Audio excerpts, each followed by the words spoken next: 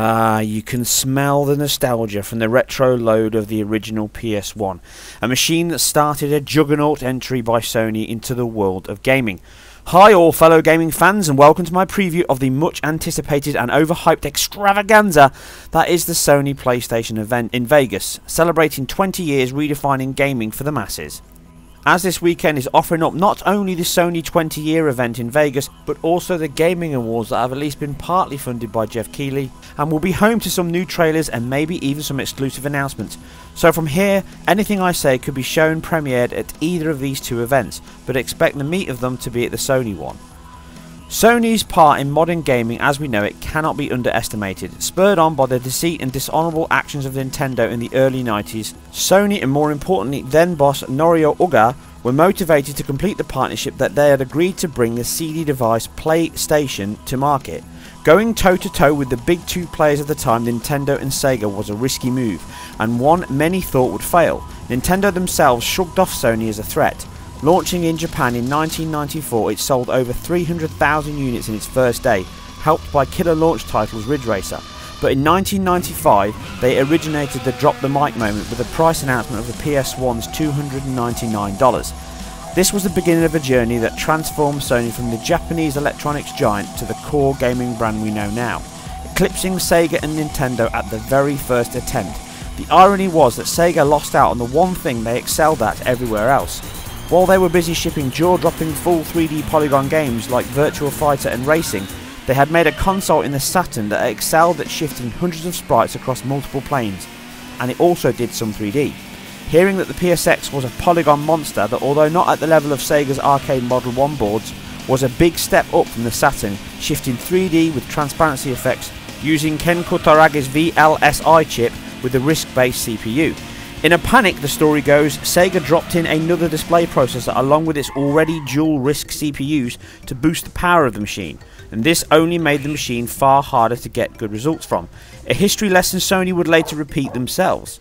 The PS1 conquered all, with Wipeout making gaming cool and delivering Sony's PlayStation brand onto the world, mixing with club culture, dance music and into the hearts of gamers. Many fans of Sega and Nintendo were shocked and disgusted at this. Guy Jing, this outsider, coming into their world and trying to take over. By the time the PS2 was announced, it mattered not that Sega had delivered the single best machine they had ever made, with so many features we take for granted now, like an operating system. History repeats again, with Microsoft dipping its toe here before themselves diving in to make a splash of their own. Additional pad features with the VMU and of course online play out of the box, complete with internet browsing. It was a machine that was a true leap forward as a dedicated gaming device, but the PS2 had its secret weapon. The built-in DVD player was the Trojan horse that allowed it to not only sell to the all-growing number of Sony fans, but also all gaming lovers from far and wide, and many that were defecting from rival brands. But also and more importantly propelled the new DVD movie format into the market with an entry point player that was cheaper than many DVD only players at the time, and had all these extra functions to boot. The PS2 life cycle was legendary, and in fact it only stopped production within the last year or so, and is still the single biggest selling console of all time with well over 155 million sold to date. This is a feat that Sony looked to try and beat with the PS4, and right now it is selling faster than this all-conquering machine. But this momentum cannot continue on goodwill and nostalgia alone. Of late, Sony has made some missteps, and although this has not cost them the lead, they have showed chinks in the armour of this great rise of the Phoenix they started midway through the PS3 cycle, when Sony had become complacent and arrogant with the launch of the machine, and it cost them dearly. A lesson they learned from and did not repeat this generation, and as history has shown repeats itself again from Sega to Sony, so Sony to Microsoft, with the X1 announcement and the launch. The PS4 has been a huge success for Sony, but in the last few months we have seen some huge issues and badly handled PR. Drive Club was a year late, broken, and the sugar pill for the PSN subcharge for online play was placed back in the cabinet with a to be confirmed stamp. The colossal disaster this social revolutionary racer was at launch cannot be ignored, and although now much better, it is far from the dream that was sold at the PS4 launch party. But even here we have also had clunky and broken firmware updates, Watch Dogs resolution and frame rate debacle, the same downtime on PSN that we had during the free PS3 option, all in the face of Microsoft's strength in bank balance and resource. much faster operating system updates, and perceived more stable online infrastructure. The truth is far more minor, but Xbox Live does not suffer the small once-a-month downtime maintenance process. But Microsoft are far from perfect their own issues, with Forza 2 and Halo Master Chief Collection both having smaller and much larger issues with the game itself and online respectively. Sales wise, the PS4 is still a market leader, but strong discounts and continued effort from Microsoft has certainly not allowed Sony to ease off the throttle. And here we have the huge 20-year event to celebrate that, and also to push this momentum on and into 2015 and beyond. And the hype levels are through the roof in some areas, and I'm to go through my views on what we will see, my expectations on some known, leaked rumours, and of course what we'll most likely won't and will see here.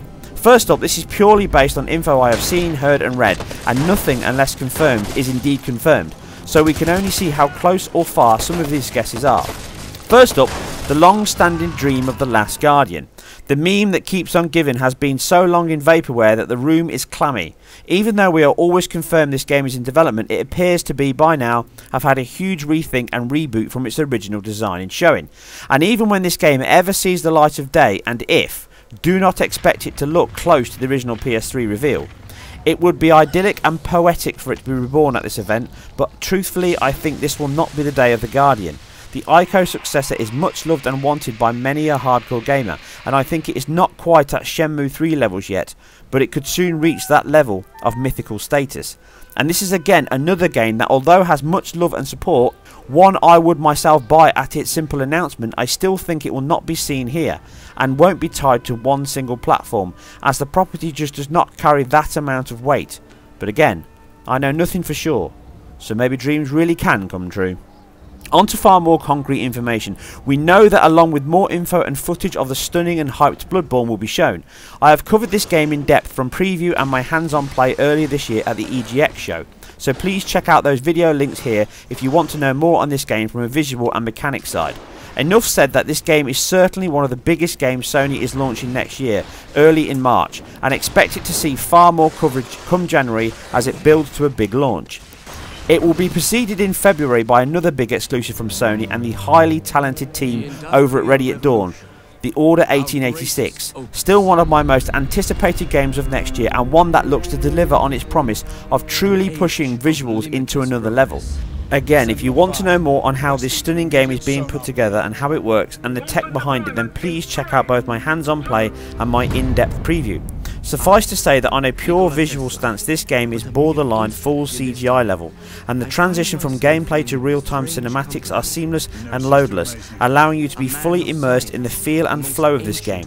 The divisiveness of the game cannot also be ignored, with many raising pitchforks for its perceived QTE style and no gameplay, even to the point of a fake interview being done with tongue-in-cheek style being used as proof that Ready at Dawn want to make a film and not a game.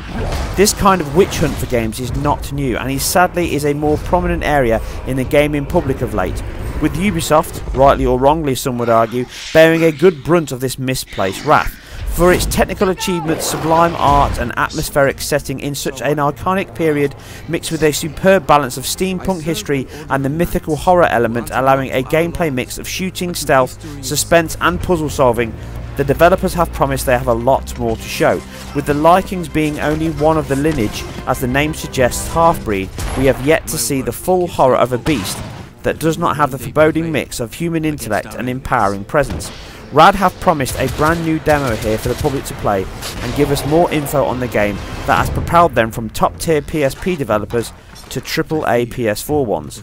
Expect this demo to aim at the criticism of the previous old demo and show off more balance and style of the gameplay, with some rumoured stunning physics based dynamic play, gore and action. I am sure it will bear its teeth once shown here. I can't wait.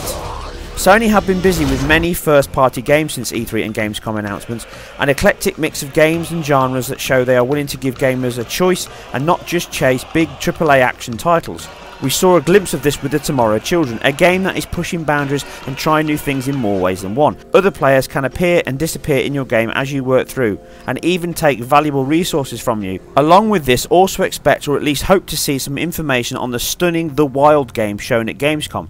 This game really spiked my interest, and along with the demo running at 60 FPS, it offered some superb visuals and exciting new prospects for an open world adventure with exciting and interesting characters, and design with no guns or armies to be seen. From the creator of Rayman, it is yet another game that Sony has taken the chance on and backed up to offer a variety of choice for games for all owners and genuinely expand the scope of what is perceived normal and safe game for a new platform. I look forward to hearing and seeing more on this next week and beyond. I am sure the sumptuous rhyme will also be seen here, and maybe even some more footage on the retro classic Shadow of the Beast, demoed last year at Gamescom and been suspicious in absence since. Also expect some updates and info on other big games coming next year. I expect to see a new trailer and info on No Man's Sky, which had a large amount of hype from the last year's VGX and E3 this year, and then we have not heard or seen much since. This seems like a great place to re-expose this amazing looking sci-fi procedurally generated epic and possibly even get some hands-on with the game. Another game 100% confirmed to hit the show is Batman Arkham Knight, which will most likely have the full showing of the 15-minute or so playthrough I watched a preview session of a few months ago. I just put up my detailed preview of this game, so please check that out with the link below and see what you think and what happens in this enthralling demo. Expect to have more info on Morpheus here, with possibly some games attached to it and another hands-on for the public to try and experience the device for themselves. Drive Club is supposed to have a working version ready, but you never know what they will show here, with a deep demo of cage diving and maybe, just maybe, a first-person shooter game to build some hype. Along with other hands-on with games already released this year like GTA 5, Far Cry 4, Advanced Warfare, etc., there will be new games to play like The Order, Bloodborne, Until Dawn. This will allow many gamers to get a taste of things to look forward to into 2015. But now we enter into the more unknown area of what will be shown, announced and unveiled here. First up is the very real reveal of Guerrilla Games' latest epic RPG, rumoured to be titled Horizon. This is a fantasy game mixed with great design and mech dinosaurs across an open world that will most likely be a stunner. Not only will this game show off the amazing technical talent from the team, but also allow them to stretch their legs into other areas outside of the Killzone universe. Not much is known about the title other than it appears to star a red-haired female lead and has a mixture of future and old school design. Now this would make more sense to be a reveal at E3, but being a 20-year celebration of all things PlayStation, then it is as good a place as any to show something that most already know exists, and as they are here along with many other worldwide studios. Whatever this turns out to be, it will surely fire up a lot of excitement for RPG fans and may help sell the PS4 in Japan also. Which brings us to another game that looks to be rumoured here, or at least a big third-party announcement, possibly also aimed at Japan along with the West, with Capcom working on a great-looking game, the free-to-play Deep Down, that seems to have a much longer dev process than originally expected. But the rumour is they have an older IP up for exclusivity on PS4. This would make sense for a couple of reasons. One, Capcom are not in great financial shape and would need the income stream to help fund a game. Now this makes sense, as Sony could help here, but would not need to spend the huge quantity needed for an exclusive deal like GTA 6 or the like. The game could be DMC 2 or Street Fighter, but I do not think it is either of these, and I think it is most likely Resident Evil 7 to be continued and improved on PS4 hardware. Offering up a reboot and renovation of the father of survival horror games could play into the hands of many Western and Eastern markets. It could also be Power Stone, a long lost treasure from the Dreamcast days, or maybe even Onimusha. The sheer amount of choice is immense. It could also be a point where Sony announced the purchase of another company, with rumours from Crytek and even Sega, and that's not going to happen, as Sega is owned by Sammy. I think that Capcom is the company being looked at, and if Sony buy the company, it will be a big, brave move, and one that would bring a huge amount of talent and a vast catalogue of big franchises to the PS4 and the Vita, and maybe even other machines if Sony wanted them to. We shall see where this announcement leads. If it does lead this way, I expect to be a bit of a hoo-ha. Either way, I think that Capcom is a company that will have a deal with Sony for an exclusive game. Just what this is for now will be confirmed in a few days. It would not be a celebration of the last 20 years of Sony's impact on the gaming world if there was not shown some of the old school characters, IPs and brands long since lost into the history pages of PlayStation years. Naughty Dog with Crash Bandicoot cannot be unpinned from its PlayStation DNA. Medieval is another long-loved game from the old PS1 days. Metal Gear is as much a Sony synth game as a Konami one, and now to open an even wider audience to enjoy, but its roots and start to the 3D sneak 'em up we know from its rebirth on the PS1, mixing story, action and a convoluted plot lines into a super experience that enthralled and encapsulated gamers' minds back in the mid-90s. So many games like this and much more have been since lost and forgotten, and here these can all be remembered, celebrated and maybe even revived. With a lot of love for Final Fantasy VII, a game that is as much a PlayStation 1 as any made by Sony's own studios, its appeal, mythical status cannot be under-egged, and the hunger for a remake is real, very real. And now we have a PlayStation EU even tweeting a picture of the PS1 with a disc in the tray. Coincidence? I think not. Maybe we will see a remake announced here, with Square Enix having a yet unannounced game still to reveal that we know is coming. Could this be it? I think Sony are being far more clever and gearing up for a big announcement to go with a nostalgic love that is in the air. Now I stress this is just my guess, so I could be wrong here, but I think that a system update to allow software emulation of PS1 and PS2 games could be on the cards, allowing you to play ye old classics of yesteryear on your shiny new PS4. I know that they have the PS Now lined up and have many titles available to play, and I'm sure this will be extended. But this works with software emulation now, and the process works fine for PS3 games. The PS4 is more than capable on a hardware level to emulate both PS1 and PS2, and this would be a huge win as a system update allowing backwards compatibility for all the PlayStation machines, with PS3 being covered on PS Now exclusively, and then allowing users to play PS1 and 2 games on the original disc and even downloading them from PSN possibly. Fixing one big gripe that many had, and also expanding choice on the PlayStation brand. And right here in the midst of a huge celebration for all things PlayStation and all the retro hints and drops from previous ads, it all makes more and more sense. Why make a remaster when you can play the original upscale classic right now on Sony's #1 console? We are a few days away to see if my prediction was on the money or way off the mark.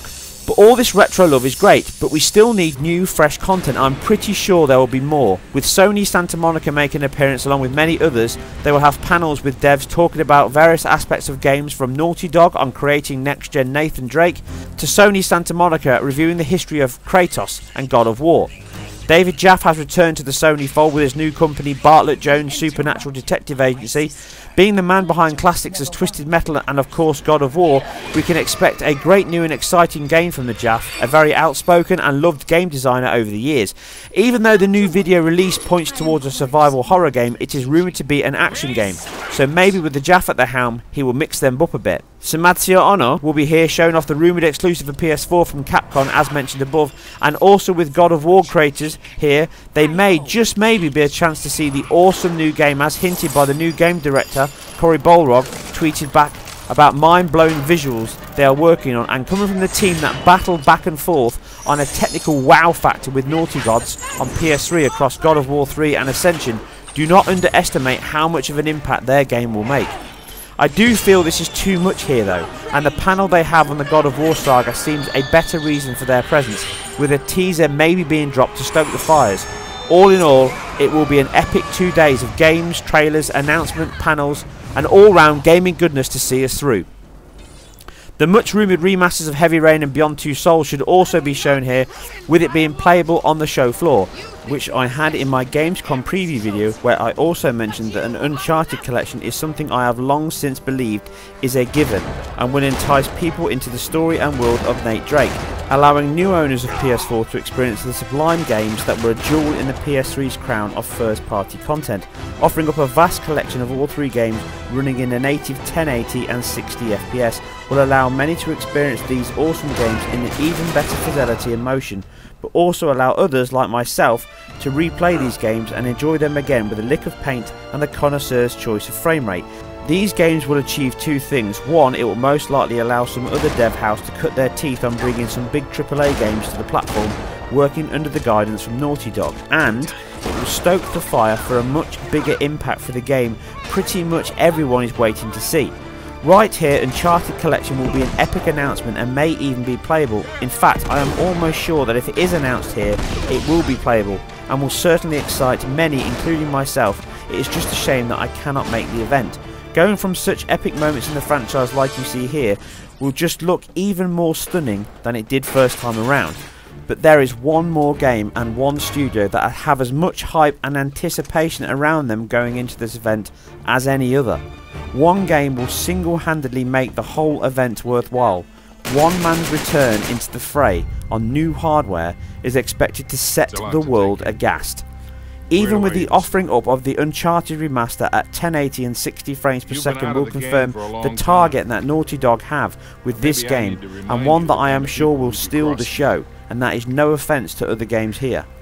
Uncharted 4 will blow people away, myself included. Expect the demo to involve a gameplay scene like this from Uncharted 3, coming right on the back of a seamless, stunning cinematic as you see here from the reveal.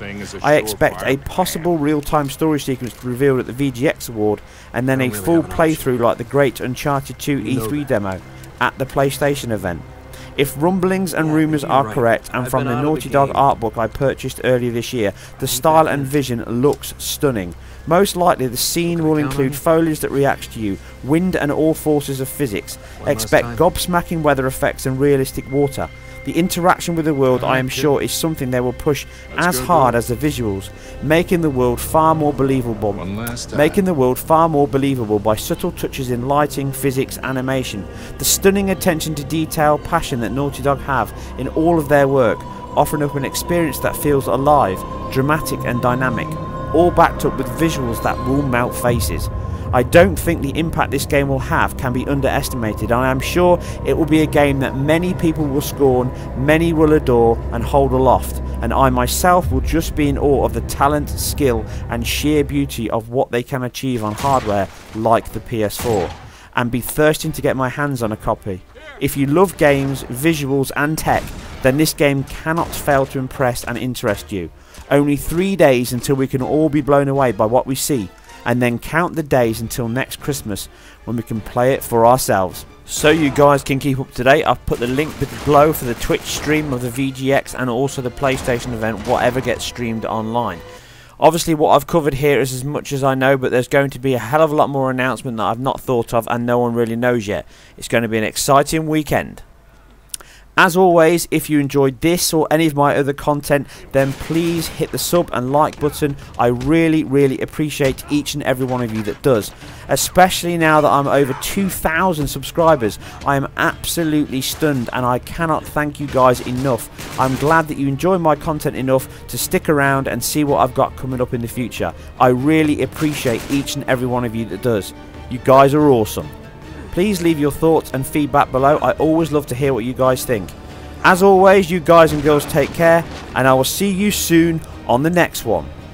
I will leave you with a taste of what we can expect from the Uncharted trilogy, and also the latest adventure for a while from the amazing talent at Naughty Dog, and the dramatic return of the treasure-seeking crew, and one Nathan Drake.